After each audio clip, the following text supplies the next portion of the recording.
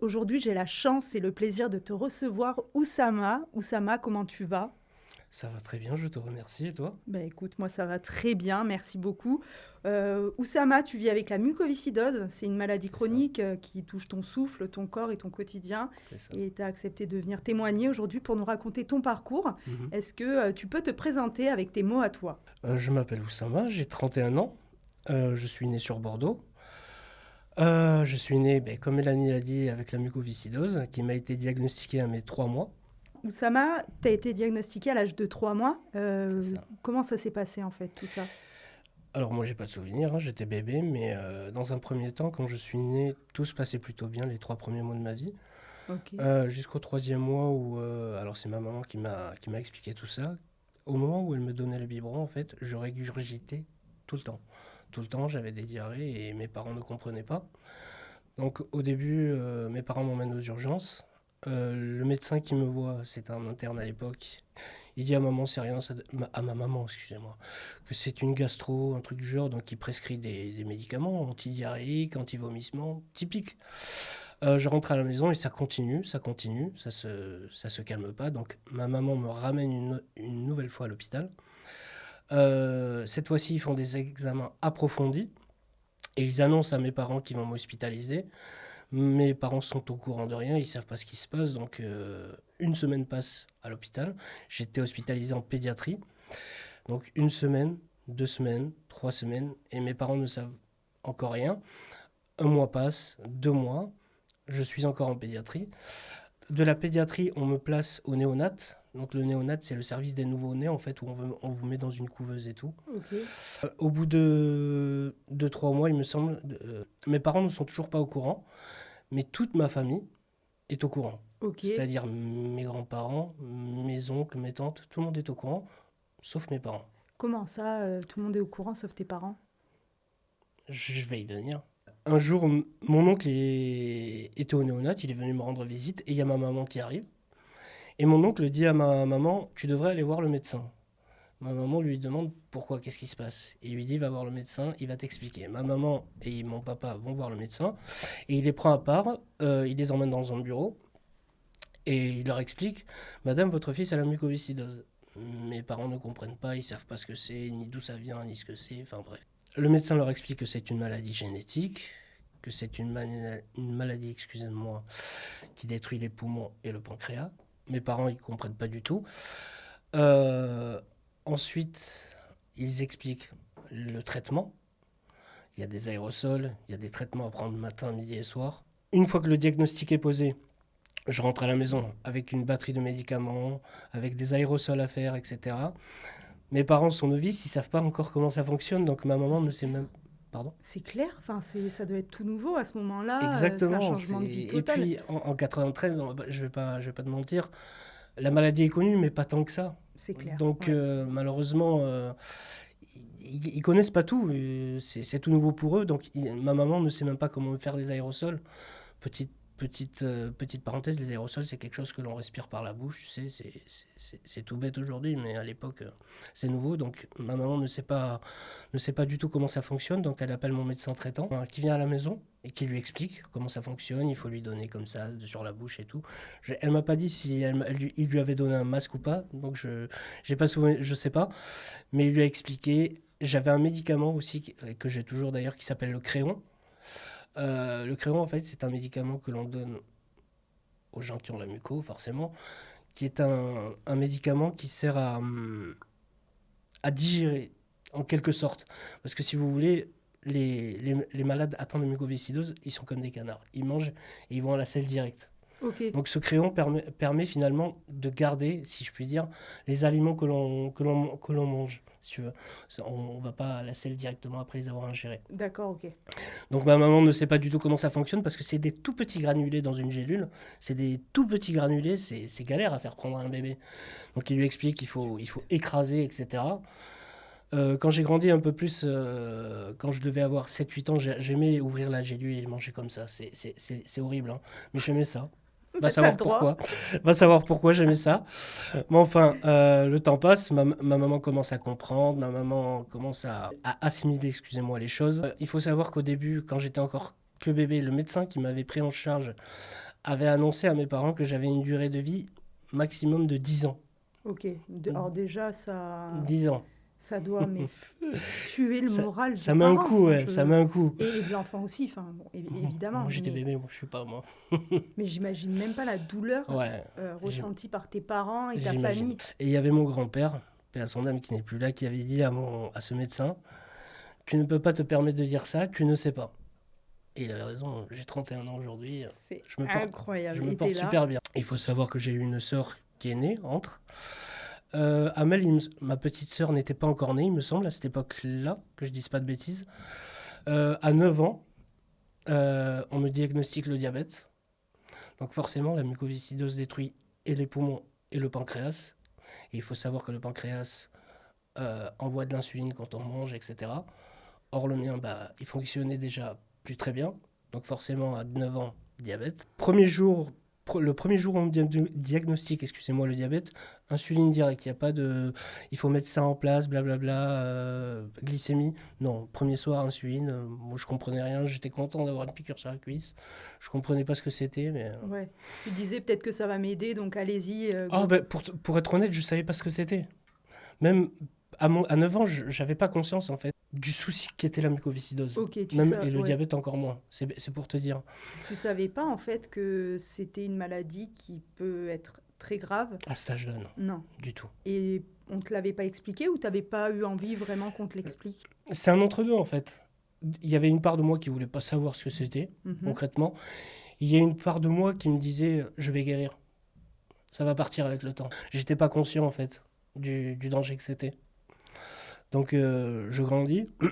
Plus je grandis et plus j'ai conscience que c'est vraiment une maladie dont je ne pourrai jamais me débarrasser malheureusement. Mm. Et le diabète aussi encore moins. Donc il va falloir que je vive avec. Et j'ai pris conscience de ça au collège. Parce qu'au Ok. collège, forcément, on grandit. Voilà, on veut faire entre guillemets les hommes, on veut faire, Ouais. voilà, on grandit typiquement, donc, enfin tout bêtement, pardon. Donc il y a les premières copines, etc. Donc tu vois, et tu caches la maladie, ce que j'aurais jamais dû faire, Ok, en fait, tu cachais ta maladie au collège? constamment, et au lycée encore aussi. Hein. C'est pas vrai. Si, je l'ai toujours fait. J'ai toujours voulu cacher ça, D'accord. toujours. Alors ça me surprend parce qu'on était au lycée ensemble avec Oussama. Ouais. Voilà. Ok, tu cachais Ouais. ça. Ouais. J'ai jamais voulu, excuse-moi, Ouais. j'ai jamais voulu qu'on sache que je suis malade. Pourquoi? Parce que j'avais pas envie que les gens se disent oh le pauvre il est malade, blablabla. Bla. J'avais pas envie d'avoir de la pitié des gens. Alors je sais que les gens vont pas ressentir forcément de la pitié, mais je voulais pas que les gens me voient, comment te dire ça, amoindri, si tu vois ce que je veux dire. Oui, totalement. Je me Ouais. sentais, moi, j'avais pas encore conscience, hein, comme je te l'ai dit.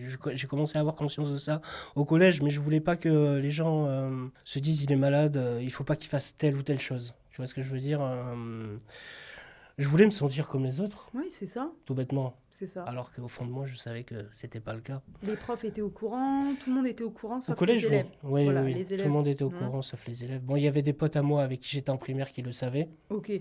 Il y en avait qui le savaient. Je leur avais dit de pas le dire. Et ils étaient super par rapport à ça. Ils disaient rien. Il y en avait même qui m'accompagnaient à l'infirmerie et tout. Enfin, c'était génial. Donc le collège se passe plutôt bien. J'ai pas trop de soucis au niveau de la maladie au collège. C'est fin collège, début lycée que là, ça part en vrille un peu. Mm. Ça part en vrille parce que j'en ai marre. Je commence à faire n'importe quoi. Je prends plus mon traitement comme il faut. Il faut savoir que quand on est atteint de muco, on a de la kiné. La kiné Ok. quasiment tous les jours. Donc c'est de la kiné respiratoire qui nous fait cracher, voilà. Là, j'ai commencé à délaisser tout ça en fait. Ouais. Je voulais faire l'homme, je me rappelle, je faisais de la muscu et tout, j'étais fier de moi, mais à côté de ça, je faisais n'importe quoi au niveau santé. Donc j'ai bu, j'ai fait énormément de bêtises. C'est au lycée que j'ai rencontré aussi ma première chérie. Je me Voilà. rappelle vraiment Tu te très souviens bien. Ça m'a marqué. Alors pourtant, il y a eu des couples, plein. Ouais. Mais il m'a marqué plus que les autres, ce couple. Et c'est au moment où je l'ai rencontrée que j'ai pris conscience que c'est grâce à elle en fait que j'ai accepté ma maladie parce que jusque-là, je l'acceptais pas du tout. Donc comme je t'ai dit, au lycée, je l'ai toujours caché. toujours cachée. Je voulais pas que les gens l'apprennent. Je voulais pas. Jusqu'au jour où il est arrivé quelque chose en classe. Il y a une prof, je sais pas si tu l'avais eu, qui m'avait entre guillemets pas humilié, mais j'ai mal pris ce qu'elle a fait. On avait un voyage à Paris avec ma classe. Avec les premières et terminales, il me semble. T'étais en section pro ou J'étais en pro, générale? ouais, j'étais en compta. On parlait de ce fameux voyage, c'était notre prof principal. On parlait de ce fameux voyage, elle nous dit vous avez tout emmené, blablabla, les sous, bref. Vraiment, je sais plus quelle question je lui pose, et elle me dit, devant tout le monde, et ça m'a tué, elle m'a dit je prendrai pas la responsabilité d'emmener quelqu'un de malade qui fait pas attention à lui. Ça, franchement, quand elle m'a dit ça, et devant tout le monde, en vérité, tout le monde savait que j'étais malade. Mais moi-même, je savais pas que tout le monde était au courant. Mais en plus, surtout que ça t'appartient, en fait. Elle a pas à dire ça et Ouais, c'est traumatisant. c'est ça. Venant d'un adulte, C'est c'est ça. c'est C'est hyper ça. traumatisant, je comprends. Et ça m'a mis un coup, mais t'imagines même pas. T'as ressenti Euh, quoi à ce moment-là? je me suis pas senti humilié, mais tu vois, quand tu t'efforces à cacher ce genre de choses, quand tu veux pas que ça se sache et tout, et que d'un coup on te dit t'es malade devant tout le monde alors que tu le caches, même si les gens sont au courant, ça fait mal, vraiment, ça fait mal. Ouais, Je sais même pas comment te définir cette sensation, mais comme je te l'ai dit, c'est pas de l'humiliation, mais c'est de la maladresse, hein. Elle a été ouais, tout à hyper fait, maladroite. En fait, je tout pense à qu'elle avait fait, tellement peur, elle, tout à fait, de se dire à tout moment il peut se passer quelque chose. Est-ce qu'on sera à la hauteur pour les traitements, c'est ça, pour tout ce qui peut se passer, les à côté, les si besoins, les médicaments, tout ouais, c'est ça? ça, En fait, elle a eu tellement peur qu'elle a c'est sorti ça, cette phrase totalement exactement, innocemment, hein, en pensant que ça probablement, n'aurait pas de répercussions. probablement. Mais aujourd'hui, tu as 31 ans et tu en parles, tu en parles. C'est fou. Ouais. Alors, petit aparté, hein, ça s'est très bien passé le voyage à Paris. J'ai pris mes traitements tout seul. Bien sûr, les profs se souciaient de moi, me Bien demandaient sûr. si ça allait, etc. Mais il n'y a eu aucun incident, aucun problème. Ça s'est très bien passé. Ok. Après ça, après cet incident, pardon, j'ai été obligé d'en parler à ma maman parce que je me sentais pas bien. Et ma maman est intervenue malheureusement en plein cours. Et Ouf. elle est intervenue en plein cours. Et là, par contre, on peut parler d'humiliation. Elle l'a humiliée devant tout le monde. Donc là, tu me dis que ta mère, elle est arrivée au lycée. En pleine. Ouais, tu sais, elle a traversé la cour parce qu'on avait cours en face, là où les généraux, ils avaient cours, t'as rappelles? Oh ouais. Sur le coup, moi, j'avais la tête baissée, je te cache pas. Elle a fini et elle est partie.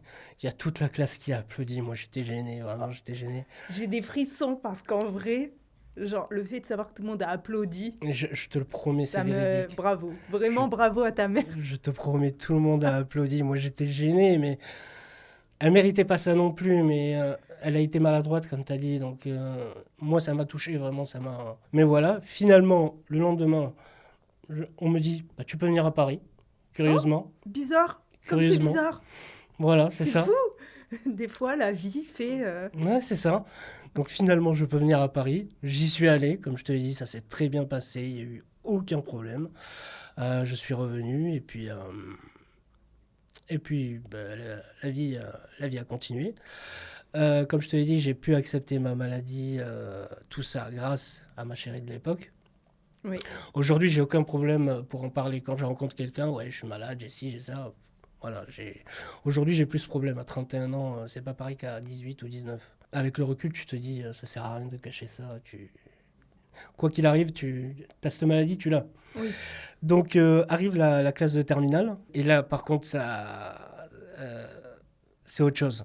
C'est autre chose. De septembre à décembre, ça se passe plutôt bien. La maladie commence à évoluer dans le mauvais sens. Ça commence à devenir de plus en plus compliqué. Et c'était en janvier 2012, je chope une grippe, pardon. Une grippe qui m'a tué. Une grippe vraiment qui m'a... J'étais KO, j'arrivais plus à respirer, j'avais de la fièvre H24, c'était super dur, super dur. Donc je rentre à l'hôpital. J'ai oublié de mentionner que quand on est muco, j'ai oublié plein de choses, mais quand on est muco, on fait régulièrement des cures d'antibiotiques. Ok. Généralement, c'est tous les 3 mois, suivant l'état de santé dans lequel on est. On fait très souvent des cures d'antibiotiques, malheureusement. Au début, c'est 15 jours à l'hôpital quand on est plus jeune. Après, avec le temps, on peut faire 2-3 jours à l'hôpital et puis après continuer à la maison. Ça, c'est super. C'est ce que ma sœur fait à l'heure actuelle. Ok. Donc, c'est ce que j'avais toujours fait. Et donc, je reviens sur ce fameux mois de janvier 2012. Je rentre à l'hôpital. Et là, je peux plus faire ces cures d'antibiotiques à la maison. Parce que mon état est trop critique, en fait. Ouais. Et le truc, c'est cet état de santé, il a basculé du tout au tout, en fait. Ça allait plutôt bien fin 2011, excuse-moi. Ça allait plutôt bien fin 2011 et début 2012, c'est parti en vrille totalement. La maladie, elle m'a vraiment mis à terre. Donc, cure d'antibiotiques sur cure d'antibiotiques. Finalement, j'étais tout le temps en cure d'antibiotiques, ça s'arrêtait jamais. Et du coup, t'allais au lycée quand même ou t'étais tout le temps à Non, l'hôpital? non, c'est à partir de janvier 2012, ça y est. J'ai plus jamais remis les pieds parce que c'était trop dur. C'était beaucoup, beaucoup trop dur. Ok. C'était beaucoup trop dur. Je recevais des lettres de mes camarades. Ça me faisait chaud au cœur, ça me faisait extrêmement plaisir. Ça me faisait du bien de lire leurs messages qui pensaient à moi. Ça me faisait extrêmement plaisir, même des profs, c'est pour te dire. Ouais, tu m'étonnes, mais je crois qu'à ce moment-là, il y a un lycée entier qui s'est mobilisé. On a tous pensé à toi. Probablement, Ah, je t'avoue, moi je je sais m'en pas comment elle rappelle, mais était la vie au lycée à ce je me moment-là. Mais rappelle. Je me tu rappelle te en tout cas rappelles? de mon état à moi. Ouais. On se connaissait pas beaucoup, je te voyais faire l'idiot. Tu jouais dans le bus. C'était marrant. Franchement, on Ouais. rigolait bien. Ouais, ouais, Voilà, moi j'avais ce souvenir-là, mais je pensais, tu vois, que tu étais resté beaucoup plus longtemps au lycée. ouais. Et en fait, à partir du moment où tu es rentré à l'hôpital, tu as quand même exposé ce parcours-là sur les réseaux sociaux, il me semble. Il y a eu cette partie-là, tu sais, la vidéo que tu avais postée. Soit c'était après, C'était après la greffe. voilà, c'était après tout ça, Ouais, mais on pensait tous tellement à toi. Enfin, t'es on gentil. savait. Ah oui, T'es ah oui. gentil. Je Première, savais pas, tu seconde, vois. terminale. Ouais. C'était tout le lycée, parce que nous, on vient de la campagne. Donc, en campagne, tout le monde se connaît, tout le monde sait qui est qui, Ouais. ce qui arrive à enfin, Pierre-Paul Jacques. Et Mm. ouais, il y a eu une inquiétude générale et une mobilisation de dingue, je pense, autour de ça. Bah, c'est gentil. Je t'ai tu vois. coupé, désolé, hein, Non, non, continue. non, il n'y a pas de souci, t'inquiète pas. Mais j'étais même pas au courant, tu vois, c'est pour te dire. Ah si, bah, tu le sais Vraiment, maintenant. je savais que ma classe se souciait de moi, mais le reste, je savais Ah pas, si. tu vois. Mais ça fait plaisir, c'est gentil. Donc, de janvier à août, cure sur cure. C'était l'année du bac. J'ai pas pu le passer, malheureusement. J'ai pas pu le passer parce que mon état de santé me le permettait, mais pas du tout. Ouais, Si je sortais, c'était avec un appareil à oxygène et fauteuil roulant, parce que j'étais incapable de marcher. Je pouvais plus marcher sans oxygène, je vais y arriver. C'était très dur. De janvier à août, bah, hôpital. En septembre, ils arrêtent la cure parce que ça fait beaucoup pour mon organisme. Cure sur cure, cure sur cure. Les antibiotiques, bah forcément, ça abîme les reins, ça abîme. Les antibiotiques, certes, ça soigne, mais en contrepartie, ça abîme les reins, ça a des effets négatifs. Donc en septembre, je me dis, je vais essayer de reprendre le lycée. Je vais redoubler ma terminale. Donc en septembre, je reprends le lycée. J'ai tenu 3 jours. Ah ouais, 3 jours. ok, bah, 3 t'as jours. fait de ton mieux. Écoute, J'ai 3 jours, fait, c'est déjà très J'ai bien. essayé, mais au bout de 3 jours, impossible, impossible. 3 jours après, je retourne à l'hôpital, oxygène. Il y avait un appareil qui s'appelle aussi la VNI. Donc la VNI, c'est ce qui nous sert en fait. Quand on est sous oxygène, on évacue du dioxyde de carbone. Ok. Et mon état de santé me permettait plus d'évacuer ce dioxyde de carbone. Et le dioxyde de carbone, c'est néfaste pour l'organisme. C'est un gros masque en fait qui nous permet d'évacuer ce dioxyde de carbone. Étant Ok. donné que notre état de santé ne nous permet plus de le faire nous-mêmes, cette machine me permettait justement d'évacuer tout ça. Donc c'était contraignant un peu parce que c'est Un une peu. machine, ouais, c'est un gros masque en fait qui te prend toute la bouche, Ouais, le c'est nez. ça. Ouais. C'est compliqué de respirer avec ça, mais bon, pas le choix. Je tenais, j'ai tenu. Fin septembre, là c'est critique, vraiment très, très critique. Je sais pas, ça te parle la saturation ou pas? Non. C'est ce qui relève en fait tes battements de cœur par minute, en Ok. quelque sorte. D'accord. L'oxygène dans le sang, en quelque sorte. Donc une personne normale se situe, là je parle de l'air inspiré, expiré, entre 98 et 100. Tu vois, c'est la normale. Moi j'étais arrivé à un seuil, j'étais à 78. Donc autant te dire que j'étais au bord du coma, au bord de la mort même presque. Donc je suis à ce moment-là hospitalisé à Libourne et j'avais fait une demande. J'avais demandé à être hospitalisé dans le service de mon enfance en fait, en pédiatrie.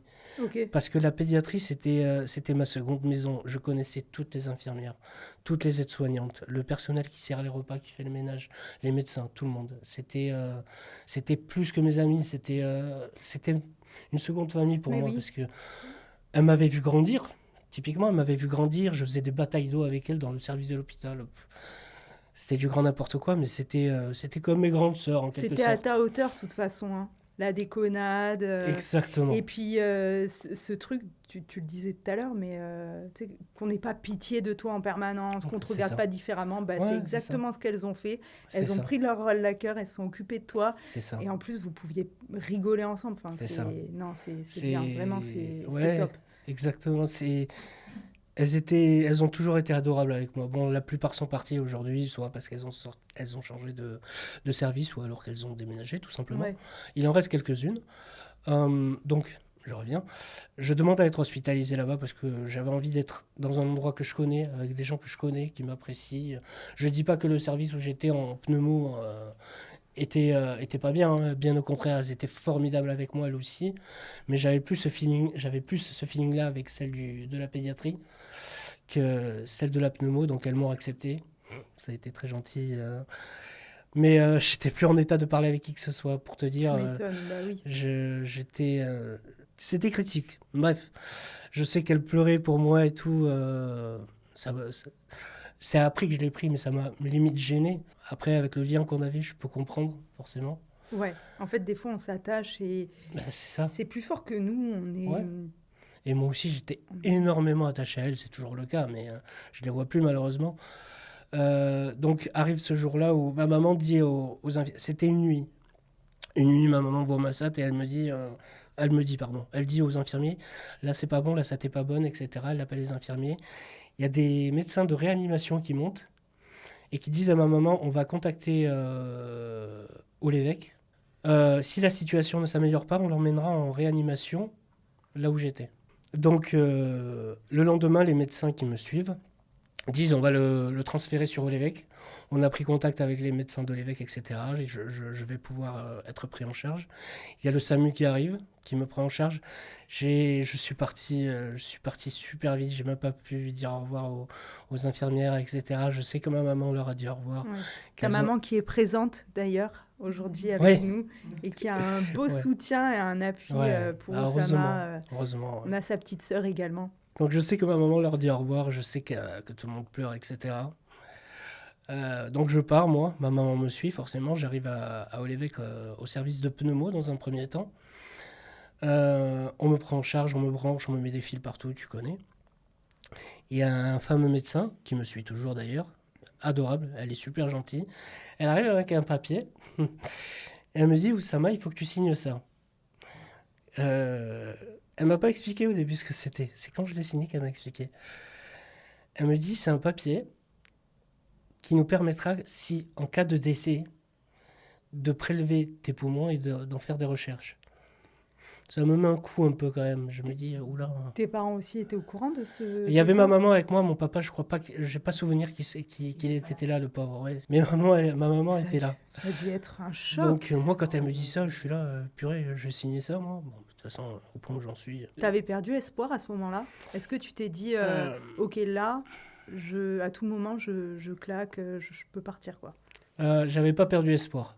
Mais je m'étais dit oui, à tout moment là c'est fini pour moi. Parce qu'en fait, avant de venir à Olévec, j'étais plus sur un lit, on me mettait sur une espèce de planche en fait, où j'avais mon torse qui était appuyé parce que j'étais plus capable de respirer moi-même. Ok, Je tenais même plus allongé en fait, j'étais sur une planche en fait, j'étais comme ça si tu préfères, tu vois. super. J'étais comme ça, j'arrivais plus à respirer. C'était un combat pour moi d'inspirer et d'expirer.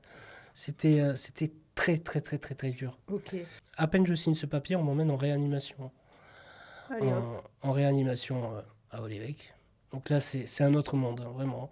À peine j'arrive, il y avait le lit, je me rappelle, et il y avait des appareils tout autour. La chambre, elle faisait peur, vraiment, elle me faisait peur. J'avais hyper peur, mais je savais que j'étais bien pris en charge. J'ai oublié de préciser que j'avais été inscrit sur liste d'attente pour une éventuelle greffe de poumons à l'été 2012. J'avais passé des examens pré-greffe, ça s'appelle des examens pré-greffe. J'avais passé la batterie de tests en 2 jours. Je sais qu'aujourd'hui c'est beaucoup plus long, ma soeur elle les a passés, elle a mis des mois la pauvre. Mais moi j'ai tout passé en 2 jours. Donc j'ai été inscrit un peu avant l'été 2012, 2013, excuse-moi. Je crois que j'ai confondu les années, mais C'est pas grave. C'est pas grave si tu confonds les années. Ouais, Les gens n'iront pas vérifier. je me suis perdu, vraiment, je me suis perdu. Mais donc, j'ai passé mes examens pré-greffe début été 2013. J'ai été placé en réanimation début octobre 2013. Donc, les réanimations, c'est autre chose, hein. C'est pas comme dans un service normal. Ma famille ne pouvait pas venir, ils pouvaient pas tous venir ensemble, malheureusement. Ça a dû être C'était hyper dur. c'était un par un.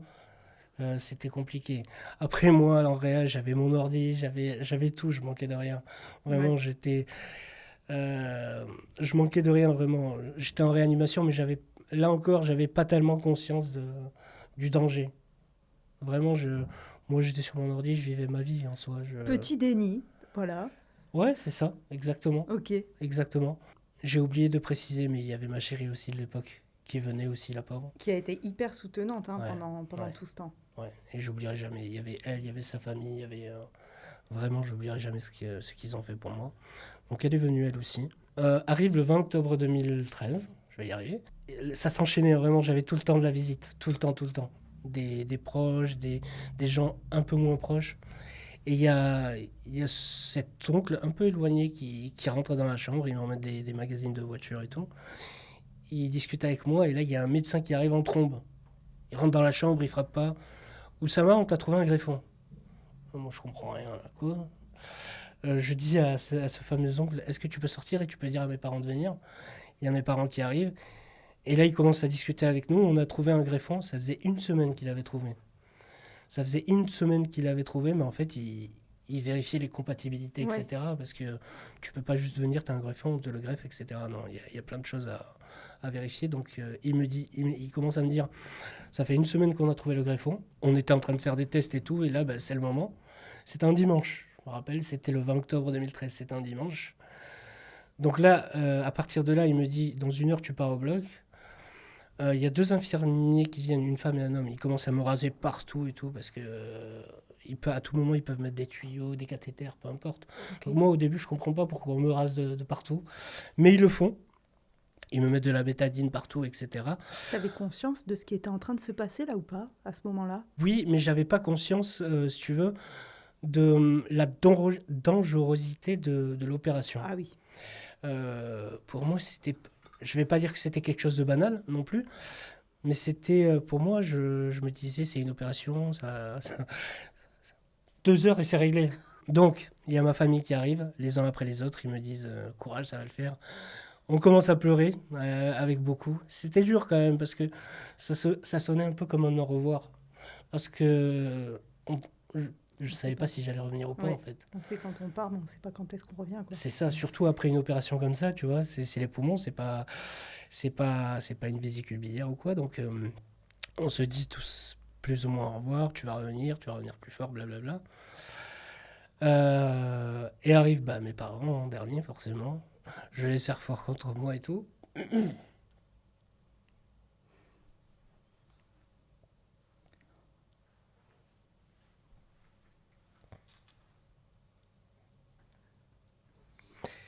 Et pas facile, hein. Et je Prends ton temps. Tu peux... Souffle, respire.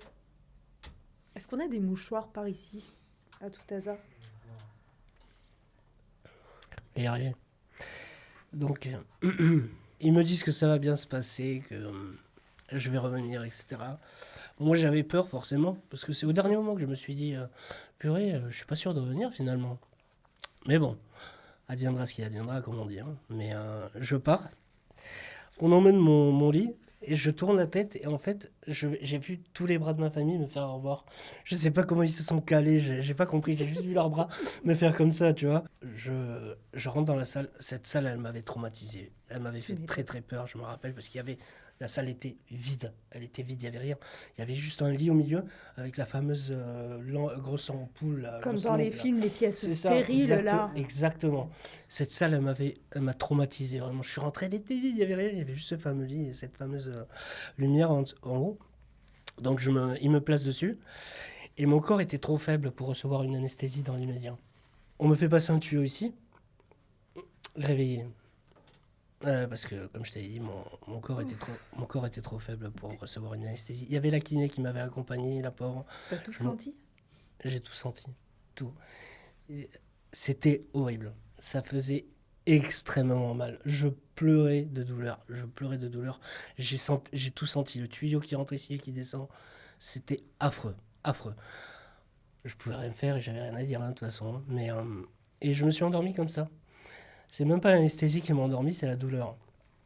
Donc je me suis endormi comme ça. Et de là, trou noir, moi, j'ai rien vu. Alors, y a une chose qu'il faut savoir, c'est que quand on est dans le coma, j'ai fait 1 mois et demi de coma après ça. Quand on est dans le coma, on entend les gens. On voit pas, forcément, on dort. Mais on entend les gens. Ok. Et alors, peut-être que c'est propre à chacun, peut-être que les autres n'entendent pas, peut-être que moi je sais pas, mais moi j'entendais les gens. Et en fait, ce que j'entendais autour de moi, mon cerveau interprétait ça par des rêves en fait. Je sais pas si tu vois ce que je veux dire. Tout à fait. En fait, tu crois que tu rêves en fait, tout simplement. Exactement. Et en fait, c'était les vraies paroles des gens que j'entendais. Et mon cerveau interprétait ça en rêve. C'était abusé. Vraiment, c'était abusé. Tu m'étonnes. T'as vécu plein d'expériences dans l'expérience. Enfin, vraiment, ouais, c'est ça. T'es blindé d'expérience, quoi, là. Plus ou moins. Plus ou moins, oui. Plus ou moins, bon. Je sais que je me suis réveillé plusieurs fois. Mais j'étais pas moi-même. Je me souviens de rien, en fait. Je me souviens de rien. Ouais. 1 mois passe et le greffon veut toujours pas prendre. Ça ne fonctionne toujours pas et ça fonctionne pas. Arrive le moment où les médecins disent à ma maman, si dans les 15 prochains jours, le greffon ne prend pas, c'est fini. On débranche, on arrête. Ok. Parce qu'il faut savoir que j'avais reçu énormément de litres de sang. Énormément. J'avais des machines de branchées de partout. Bref, c'était le bazar. Donc, exceptionnellement, il faut rentrer ma maman. Il faut savoir que personne ne peut rentrer dans les chambres stériles. J'étais en chambre stérile et personne ne peut rentrer. Donc il faut rentrer exceptionnellement ma maman. Peut-être pour qu'elle me dise au revoir en fait. Ouais, c'est pas bon signe en fait à ce moment-là. Exactement. Donc elle rentre. Moi j'ai pas souvenir de ça du tout. Je me souviens de rien du tout. Et si tu veux, quand j'étais dans le coma, mon cerveau a interprété des trucs de malade. Je vais t'en citer un. Je pensais que mon papa m'avait donné ses propres poumons. Tu vois, c'est dans mon rêve que j'ai vu ça. Et au moment où ils m'ont réveillé, parce qu'ils m'ont réveillé au moment où ma maman est venue, pour discuter avec moi un peu, je me suis réveillé, j'ai pleuré direct. Et j'ai pas arrêté de demander à ma maman, où est papa, où est papa. Moi je me souviens pas de ça, mais c'est elle qui me l'a dit. Et en fait, inconsciemment, je pensais que mon papa m'avait donné ses poumons et qu'il était parti. Donc ils me rendorment. Ma maman, voilà, elle est repartie. Et le lendemain, tout fonctionne. Tout fonctionne, tout a pris. Voilà, c'était parti. C'est incroyable. C'est incroyable. Tout fonctionnait parfaitement, les poumons avaient pris d'un coup. Et la veille, on me disait, si dans les 15 jours, si ça ne fonctionne pas, c'est fini. Je pense que les prières ont été fortes. Mais j'imagine même pas à quel point votre prière, tout ce que vous avez prié ce jour-là. Exactement. Ça a dû être quelque chose. Et exactement. Waouh. Et du jour au lendemain, du jour au lendemain, t'étais là, bien vivant. T'as mis longtemps avant de te remettre de cette greffe? Quand la greffe avait pris, tu vois, j'étais réveillé, mais j'étais pas moi-même en fait. Ouais. J'étais encore totalement dans les vapes. Et il y avait ma famille qui me voyait à travers une vitre en fait. Une vitre. Moi j'étais dans une chambre stérile forcément, donc je voyais ma famille à travers une vitre. Et ils sont tous venus. Et alors là, attention. Moi je vois ma famille et tout, et je leur fais signe, je leur dis rentrez. Moi, j'avais pas conscience que j'étais dans une chambre stérile, que personne ne pouvait rentrer. Oui. Moi, pour te dire, je les voyais derrière la vitre au restaurant. Va savoir. Ouais, mon cerveau... En fait, ton cerveau voyait ce qu'il avait envie de voir, en fait, ce qu'il désirait. Totalement. Et donc, moi, je les voyais en train de manger et tout. Ça me faisait péter les plombs. Ils Et étaient en train de manger ou pas? Ouais, ils étaient en train de manger et ils m'ignoraient complètement, tu vois. Mais pas dans la vraie vie. Ok. Non, du tout, les pauvres, ils étaient derrière la vitre et ils se disaient, mais on peut pas rentrer et tout. Ils me faisaient des signes. Mais moi, j'étais pas moi-même et je comprenais pas du tout. C'est fou. Et je leur disais, rentrez, rentrez. Et ben non, ils pouvaient pas. Et là, je commence à m'énerver, forcément. Encore une fois, hein, j'étais pas moi-même. Je sais pas ce que je faisais, pardon, je sais pas ce que je disais. Et ma maman fait signe à l'infirmière, elle lui dit, donnez-lui le téléphone pour qu'on lui dise par téléphone. Donc, et moi, j'avais un trou, tu sais, j'avais la fameuse trachéotomie ici. Yes. Donc, je pouvais pas parler. En fait, quand je parlais, ça faisait... Tu vois, je pouvais pas parler. Et ma maman me dit, Oussama, on peut pas rentrer, on peut pas rentrer. Et moi, je lui disais, si, il faut rentrer. Sachant que je pouvais pas parler, on entendait juste, faut rentrer Oh, la et tout. discussion de sourds. quoi. Ouais. Et là, je raccroche et je lance un regard violent à ma mère. Et il y avait beaucoup de membres de ma famille. Et je leur fais des doigts d'honneur à tout va. Je leur fais comme ça, je leur fais des bras. J'étais pas moi-même, tu vois, encore une fois. Je suis pas quelqu'un de... Non. Jamais je ferais ça. Jamais je Bah ferais oui. ça à ma famille, encore plus. Jamais je ferais ça. Donc je leur fais des doigts, je leur fais des bras. Je leur dis, allez, voilà. Ah ouais, t'étais J'étais énervé là. hors de moi, hors de moi. Ok. L'infirmier, il arrive et il vient dire à ma famille, il faut que vous partiez, il voit des éléphants en rose, ça sert strictement à rien de rester ici. Ouais. Donc ils partent. Le lendemain, ils reviennent. Et là, il y avait mon oncle, il me semble, il était tout seul. Il arrive, il lui ouvre la vitre. Et moi, je tourne la tête, je lance un regard noir, tu vois, méchant. Et encore une fois, je pouvais pas parler. Et je lui dis, ta gueule, ta gueule. Je lui dis, ta gueule, ta gueule.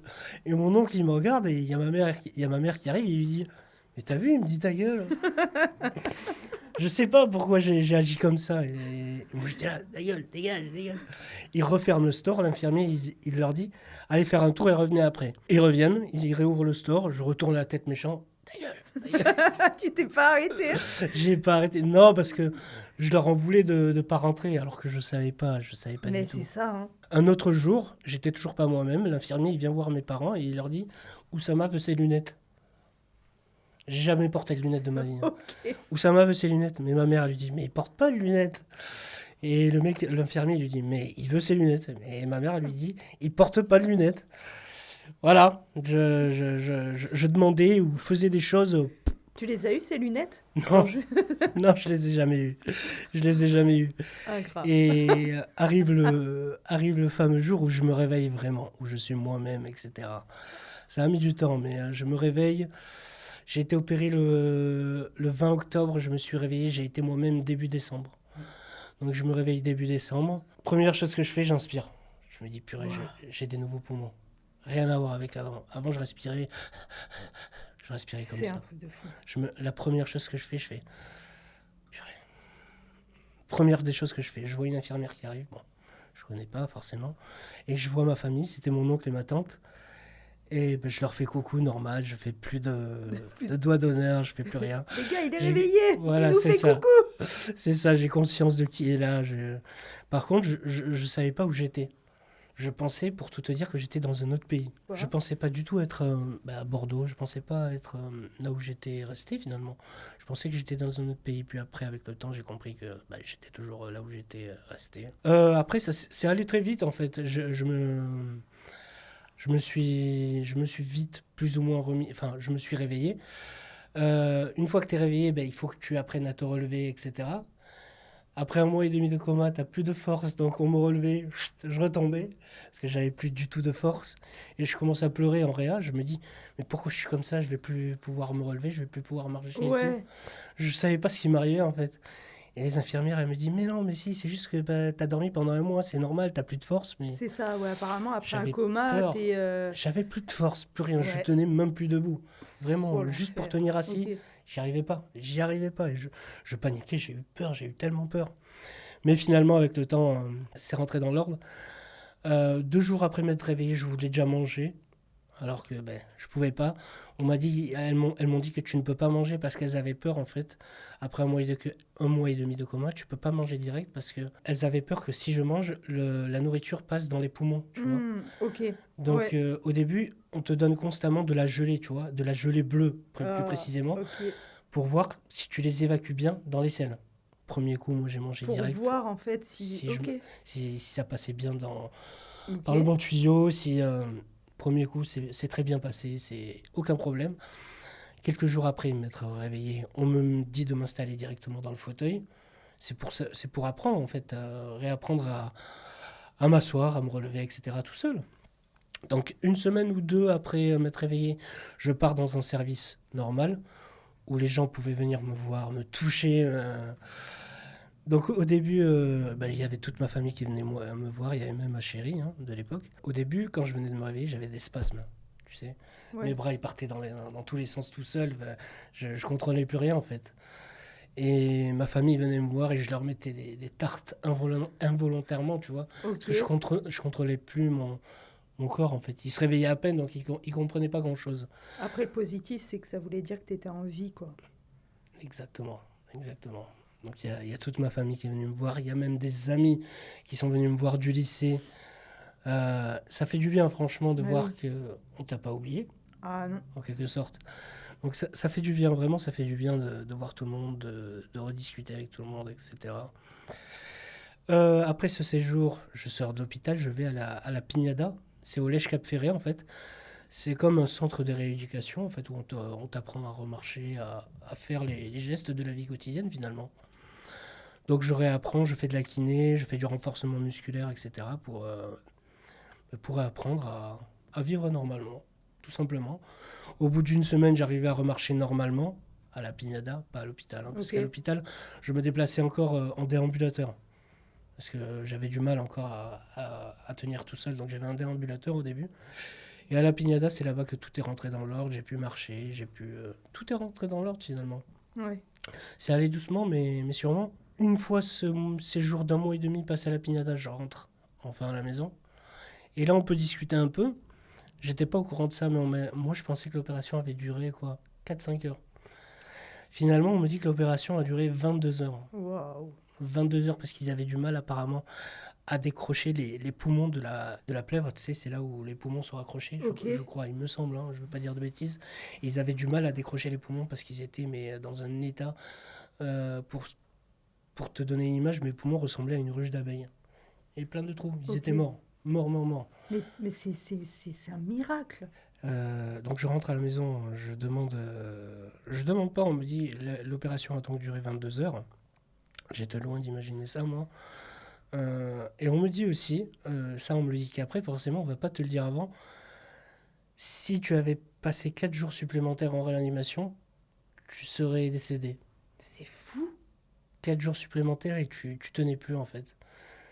Moi je me dis mais c'est impossible, je me sentais plutôt bien, j'avais pas conscience en fait. Non, c'est ça, c'est après qu'on prend conscience de tout ça. C'est ça. Je peux pas me mettre à ta place évidemment, mais je pense que wow. Ouais, j'avais pas conscience en fait de ça, mais tout est rentré dans l'ordre finalement. Passé cet épisode de greffe, tout rentre dans l'ordre plus ou moins. Ouais. Là je me dis c'est bon, je vais mieux, je peux éventuellement me mettre à bosser. Donc je me dis, j'avais un taxi à l'époque, que j'ai toujours d'ailleurs, qui me dit passe ton diplôme de taxi. Parce que toute mon enfance, j'ai passé ma vie dans les taxis, c'est eux qui m'emmenaient à l'hôpital, etc. Tu vois, donc, il me dit passe ton diplôme de taxi et je te prends avec moi. Allez, alors ça c'est bénef, parce que c'est dur d'avoir la licence. Et, Ouais. Bon, tu connais, je vois. Oui. Donc je me dis, on est en 2016, je passe le diplôme de taxi. Je l'ai. J'exerce pendant 1 an et demi. Ok.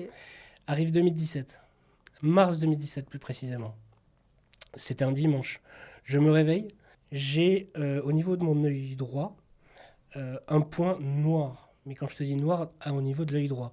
Je me dis mais qu'est-ce que c'est que ça? J'en parle pas au début. Je dis rien. Je me dis demain ça ira mieux. Ouais. Je passe la journée comme ça. Le lendemain je me réveille. Il y a toujours ce point noir. Je voyais en fait les contours si tu veux. Mais au milieu c'était noir. Là, je me dis, il faut que j'aille chez l'ophtalmo. Et que j'en parle. Je vais chez l'ophtalmo, il me fait une piqûre dans l'œil de corticoïdes pour savoir qu'est-ce qui se passe. La piqûre ne fait rien du tout. Là, je commence à me poser des questions. Là. Ça commence à partir en vrille. Je suis obligé d'arrêter mon activité, forcément, de taxi. Là, ça me met un coup. Premier gros coup au moral. Vraiment. C'était la pire des choses qui pouvait m'arriver parce que j'adorais conduire. J'adorais conduire. Donc je suis obligé d'arrêter. Parce qu'en fait, la vue, tu l'as perdue progressivement. C'est... Alors au début, j'ai perdu l'œil droit en 2017. Purée, mais alors ça, tu vois... Et le second, je l'ai perdu au mois d'octobre dernier. Voilà, ça, moi je pensais en fait que tout était arrivé d'un coup, que tu avais perdu la vue Non, non, l'année non. dernière comme ça, un peu du jour au lendemain, tu sais, Non, parce que non, je, non, je du crois tout. qu'on est dans un film des fois. Non, non, du tout. En du fait, tout. ça s'est fait vraiment progressivement, donc Ouais. t'as Ouais. pas pu Non, continuer à exercer. du tout. Après, j'aurais pu, hein, parce que je conduisais quand même avec un seul œil, hein. Et ça s'est toujours très bien passé. J'ai jamais eu d'accident, Dieu merci. J'ai jamais eu de soucis. Je conduisais très bien, enfin, sans prétention, bien évidemment, mais Ouais, j'adorais conduire, donc voilà. Donc obligé d'arrêter mon activité. Là, ça m'a mis une première dépression de ma vie, la première. La première parce que je comprends pas qu'est-ce qui m'arrive. Donc entre le moment où je perds mon œil et au moment où il pose le diagnostic, parce qu'en fait il y a une maladie derrière tout ça. Il faut faire les liens. Je commence à avoir des boutons sur la figure. Là, je sais pas si j'en ai, mais je sens que j'en ai. Mais j'ai beaucoup d'acné régulièrement. Alors il faut savoir que c'est pas parce que je fais de l'acné inconsciemment, parce que je mange mal ou quoi, c'est juste que c'est dû à la maladie qui m'a été diagnostiquée justement.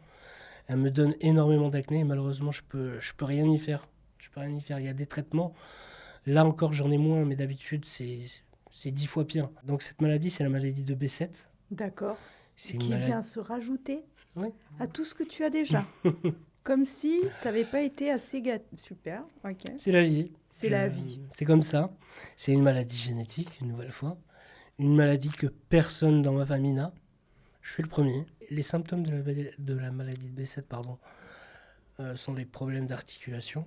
Donc Ok. c'est comme ça qu'ils ont posé le diagnostic. C'est qu'en parallèle de mon œil, j'avais des problèmes d'articulation, surtout au niveau de cette jambe-là, au niveau du genou en fait. J'avais cette partie-là du genou en fait qui se remplissait de liquide. C'était tout chaud ici, Ok. c'était rempli de liquide, je pouvais pas plier la jambe et j'avais du mal à marcher. C'était horrible, Bah, tu horrible, m'étonnes, horrible, ouais, bah oui. horrible. Après, elle cause des problèmes d'articulation, donc elle a commencé par là. Et après, ça peut être un peu aléatoire en fait. Ça peut être sur cette jambe, après au niveau des hanches, après au niveau du bras, au niveau des mains, c'est partout en fait. Et ça dure un temps, et ça part, et ça revient, et ça part. C'est tout le temps comme ça, tout le temps. C'est des crises en fait. Depuis quand? C'est depuis 2017 ça, depuis le D'accord. diagnostic de la maladie finalement. Ok. Donc elle cause des problèmes d'articulation, des problèmes au niveau des yeux. Et elle donne des aftes en fait. Ok. Des aftes au niveau de la bouche Ah. et un peu plus bas. Je ne vais pas te donner de détails, mais je pense que tu as Oh, compris. bah, c'est bon, j'ai... Voilà. Dieu merci, J'ai- j'en ai jamais eu là-bas. Mais, Ouais, mais ça peut arriver, ok. C'est important Mais de oui. le savoir quand même. ouais, Et c'est hyper rare, j'avais jamais entendu parler de cette là, maladie. avant qu'on me le dise, ouais, moi non plus. C'est un Moi non truc plus. de dingue. Enfin, Moi non plus. Donc, première dépression, comme je disais. Maladie, voilà, première je perds- dépression. je Et perds alors, l'œil, donc... c'est quand même fou parce que tu as vécu tellement d'autres choses et il y a un moment donné où tu t'es dit c'est bon, allez.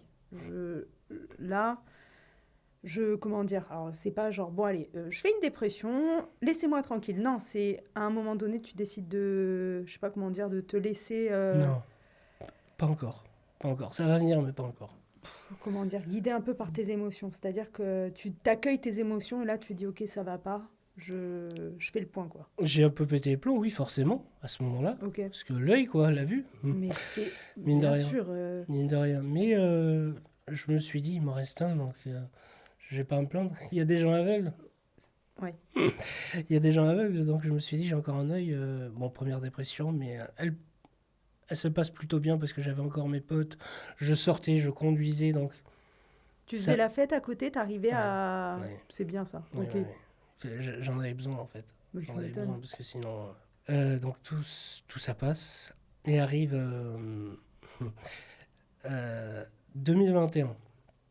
C'est là où ça part en cacahuète encore une nouvelle fois. Il faut savoir que le traitement anti-rejet qu'on a quand on est greffé est très nocif pour les reins. Ok. Donc certes ça te soigne, mais à contrario c'est très toxique pour les reins. Donc beaucoup de personnes aujourd'hui qui sont greffées d'un organe sont greffées du rein forcément à cause du traitement. D'accord. Donc là commencent mes soucis de rein. Je fais un calcul rénal. Je sais pas si ça te parle.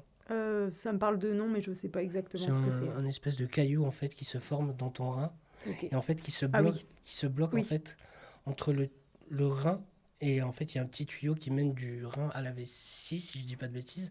Et ce caillou, il bloque le passage. Ok. Et ça fait extrêmement mal. Oui, Mais apparemment. C'est ça. extrêmement mal. C'est horrible. Donc, ça, c'est la première crise. Je vais aux urgences, on me dit que j'ai un calcul rénal, il va falloir que je me fasse opérer. On me donne des antidouleurs, morphine et tout, parce que c'est insoutenable. Ouais. Le lendemain, je pars en chirurgie pour qu'on m'opère. Je vais aux toilettes, je fais pipi, et le caillou, il sort. J'ai de la chance sur le coup. Ouais. Oui. J'évacue le caillou moi-même. Mais ça t'a pas eu mal? Quand il est sorti, Ouais. non.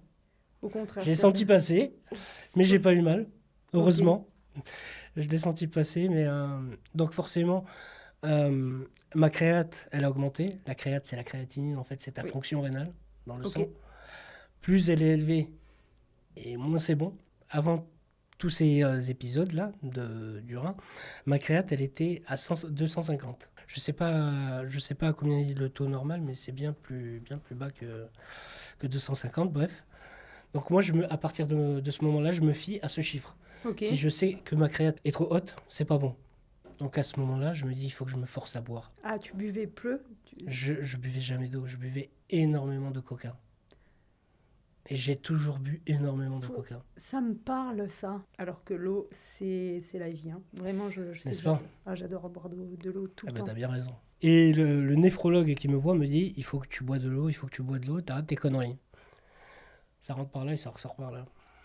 Je fais pas ce qu'il me dit, je continue à boire du coca. Je bois un peu plus d'eau qu'avant, mais une bouteille d'eau, je la finissais en une semaine, pour te dire. Oula, oui, non, Donc pas bon du tout. c'était pas bon du tout, Ouais. du tout. Bref. Je fais un autre épisode de calcul rénal, cette fois du côté gauche. Et cette fois, je me fais opérer. Obligé. Parce que là, celui-là, il voulait pas descendre, il était trop gros. On me le retire, il était énorme. On m'avait donné le pot avec le caillou cassé carrément. Je l'avais vu, c'était crade, mais Ouais, mais ça te fait prendre conscience peut-être des choses à ce moment-là? même pas. Allez, Même Oussama. Exactement. Ça rentre et ça ressort. 3e épisode, ça arrive. Encore un calcul. Et cette fois-ci, il est là. Encore une fois à droite. Et je le sens, c'est un dimanche matin, encore une fois, je me dis, oh purée, pas encore. Je bois un gros coup et je vais aux toilettes. Bon, excusez-moi, je vais à la selle et je me force à le faire sortir de moi-même. Je me débrouille. Ouais. Et il sort. Je sais pas comment j'ai fait. Me demande pas pourquoi. Je sais pas comment. Je sais pas comment j'ai fait. Il est sorti. Bref. Et arrive un moment où en fait la créate elle est trop haute en fait. Je peux plus rien faire. Elle Ouais. était à 800. Et 800 c'est pas bon du tout. C'est vraiment pas bon Ah du bah tout. non. Je vomissais tout le temps quand je prenais mon traitement. Ok. En fait, je pouvais plus vivre comme ça. Je pouvais plus vivre comme ça. Et là arrive la pire des choses qui pouvaient m'arriver parce que j'avais la phobie de ça. Je sais pas pourquoi, ça a toujours été une phobie pour moi ce truc. Arrive la dialyse. J'avais pas le choix, j'étais arrivé au bout et je pouvais plus rien faire. Même si je me forçais à boire, c'était foutu. La dialyse, c'est quand on t'injecte directement Alors moi au début j'ai eu un cathéter fémoral ici. Ok. C'est un cathéter en fait avec deux petits embouts qui sortent. On te branche des tuyaux Ok. et en fait la dialyse, elle te prend ton sang, elle te le filtre. Oh là là, elle te le filtre et elle te le renvoie. Parce qu'en fait, le rôle de terrain, c'est de nettoyer ton sang finalement. Oui, Quand tu fais pipi, bah, tu évacues les trucs toxiques de ton corps. c'est ça. Tu vois ce que je veux dire? Donc, étant donné que quand tu es dialysé, enfin moi, personnellement, quand je dialysais, je faisais plus pipi. Ok. Donc, c'est la machine qui faisait tout. Donc, la dialyse, c'est 3 fois par semaine. C'est pendant 4 heures. Moi, Oui. j'y allais de 7h30 à 11h30. C'est pas une vie. Vraiment, Non. c'est pas une vie. La dialyse, c'est la pire des choses qui puisse arriver. Ok. Oui. Et là, entame ma deuxième dépression. Et là, par contre, je me dis, là, ça fait beaucoup quand même. Oui. Là, je me dis, je pense que j'en ai marre.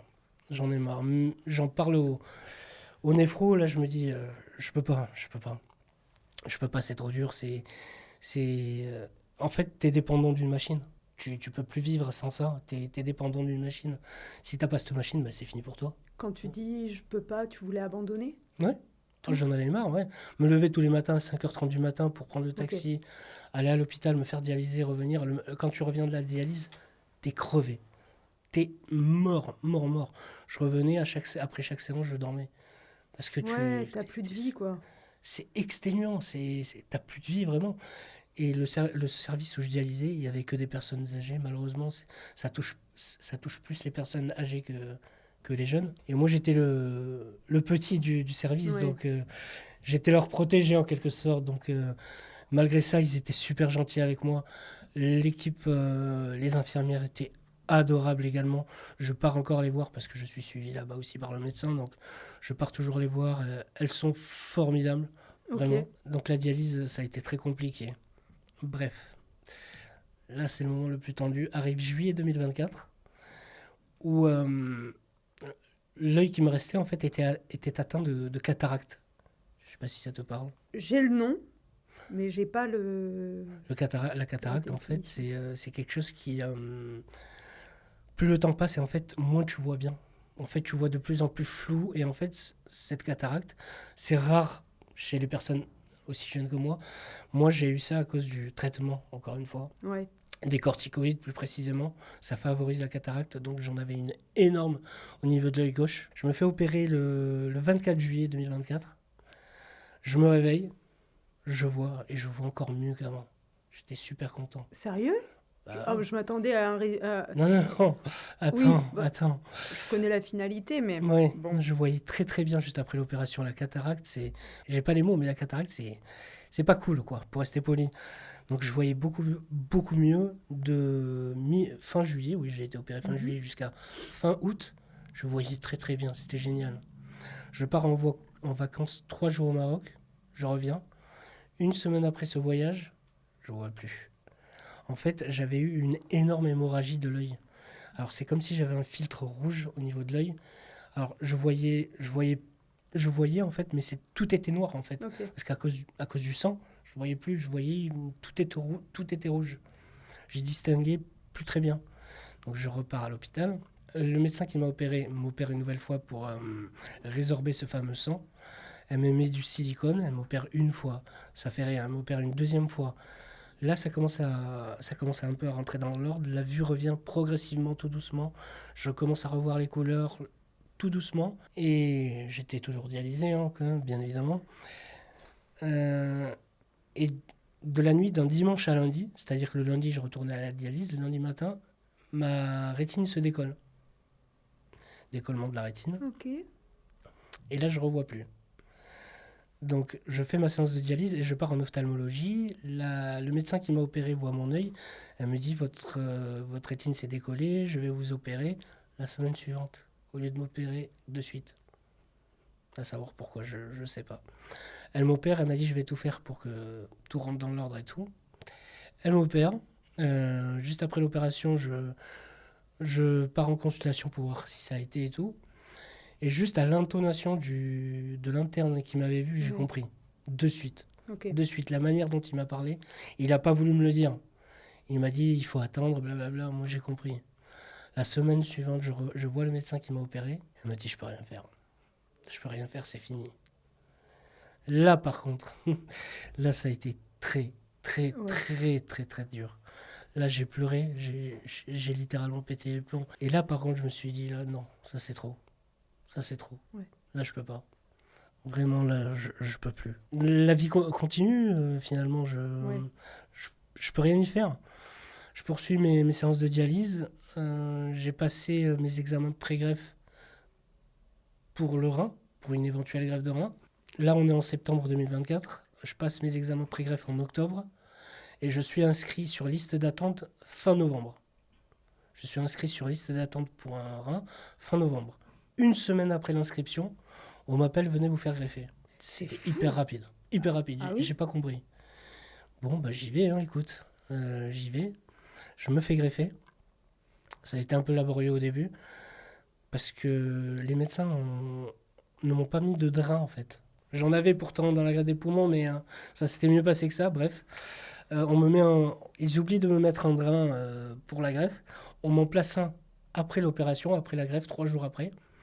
Et ce drain, en fait, avec le temps, ça faisait 3 semaines déjà que j'étais greffé, le sang ne cessait pas de couler, en fait.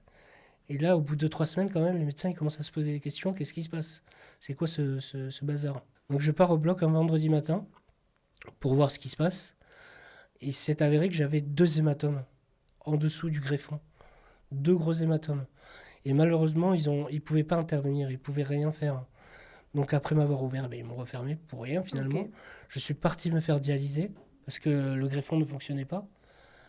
Ne fonctionnait plus plutôt, parce qu'au début il fonctionnait, après il a cessé de fonctionner à cause de ses hématomes.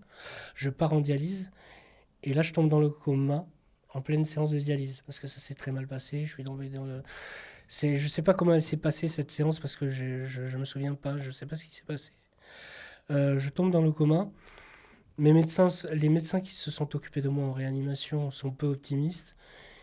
Ils disent que si le rein ne fonctionne pas, c'est fini. Encore une Aujourd'hui, fois. là? Oui, c'était il y a 6 mois de ça. C'était il y a 6 mois de ça. C'était début janvier pour être plus précis. Ils disent que si le greffon ne fonctionne pas, on ne pourra rien faire, c'est fini. Donc maman leur met un petit coup de pression. Ok, à la maman qui allait La voir maman. la prof de français. Ok. C'est ça, un petit coup de pression.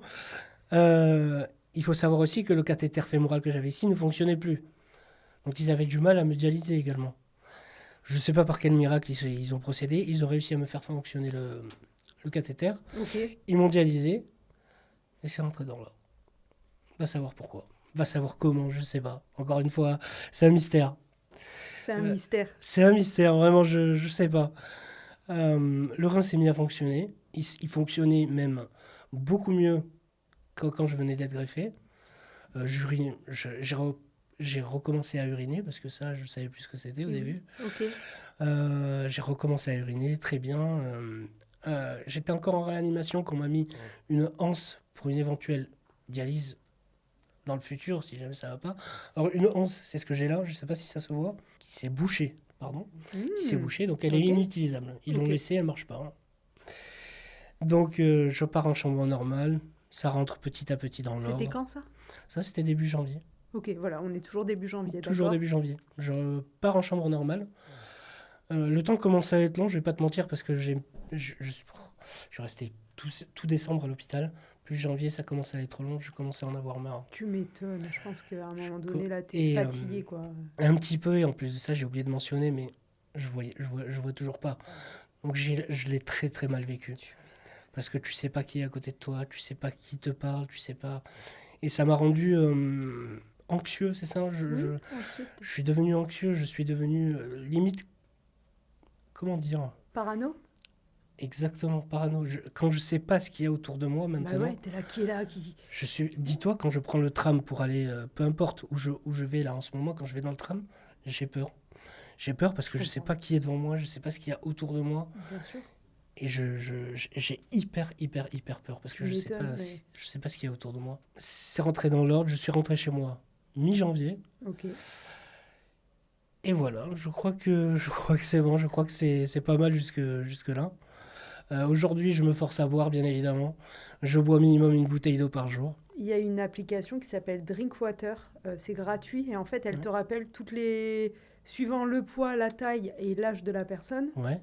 ça peut être tous les quarts d'heure, toutes les demi-heures, Mhm. tous les trois quarts d'heure, Mhm. elle te rappelle de boire un nombre de gorgées. Moi, c'est D'accord. comme ça que j'ai appris à boire de l'eau, parce que ça fait à peine 2 ou 3 ans que j'ai appris à boire de l'eau aussi, tu vois, ça fait pas très longtemps. Ouais. Et c'est grâce à cette application. Donc aujourd'hui, je peux pas me passer de mon litre et demi, Ouais. voire 2. Après, j'en bois pas 3 ou 4. Des fois, j'oublie de boire 1,5 litre. Hein. Oui, bien sûr. Mais je bois plus souvent 1,5 litre, voire 2, que pas du tout. Bien Et sûr. c'est grâce à cette application, si encore tu as du mal aujourd'hui, Mhm. ou que tu connais quelqu'un qui galère à boire de l'eau, l'application, elle est vraiment top. Hein. D'accord, je connaissais pas. Voilà, tu repartiras avec une info plus Oui, intéressante, oui. que, Oui, oui. tout Je ce que dormirai j'ai moins appris, bête ce parce que soir. j'ai vraiment beaucoup appris aujourd'hui. Enfin, je suis pas la seule, je pense. Et j'ai une dernière question Vas-y, pour je t'en toi. prie. Est-ce que tu as des projets? Enfin, j'ai 2 dernières questions. Est-ce que tu as des Vas-y. projets là dans le futur Mhm. au niveau du travail? Est-ce que tu as des opportunités qui s'offrent à toi Alors là, mon premier projet là, pour l'instant, c'est de redevenir autonome. Ouais, Parce que, alors, je sais me faire à manger, je sais me doucher, je sais tout faire. Mais le truc, c'est que quand tu deviens aveugle, tu sais plus, c'est pas que tu sais plus faire, mais t'as du mal en fait. C'est pas pareil que de voir, tu sais où mettre ton bout de viande quand tu vois, tu c'est sais ça. quand il est cuit ou pas. Oui. Là, c'est pas pareil. Il faut que tu réapprennes.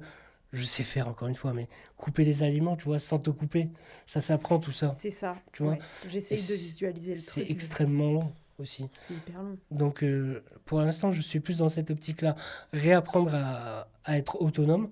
Une fois que tout ça sera fait, une fois que il y a aussi la canne aussi je suis obligé de d'apprendre à utiliser ça. Aujourd'hui, je peux pas. Aujourd'hui, je suis incapable d'utiliser ça. Aujourd'hui, c'est ma maman qui m'aide à me Oui. déplacer, etc. La canne, je suis pas prêt. Je suis pas encore prêt à utiliser ça, mais un jour, il faudra. Oui. Je serai Et obligé. puis, tu prends le temps aussi ça. d'assimiler. Attends, ça fait même pas Ah oui, un j'ai an que toujours pas t'es... accepté, hein, Bah, tu franchement. m'étonnes, je peux comprendre déjà. J'ai- T'as vécu tellement de bouleversements, là, ça Ouais, va un être un petit de peu. plus. La canne, ce sera quand je serai prêt C'est ça. et pas à un autre moment. Et franchement, je te Exactement. comprends totalement. Exactement. Aujourd'hui, toi, est-ce que tu as de l'espoir? Est-ce que les médecins sont optimistes?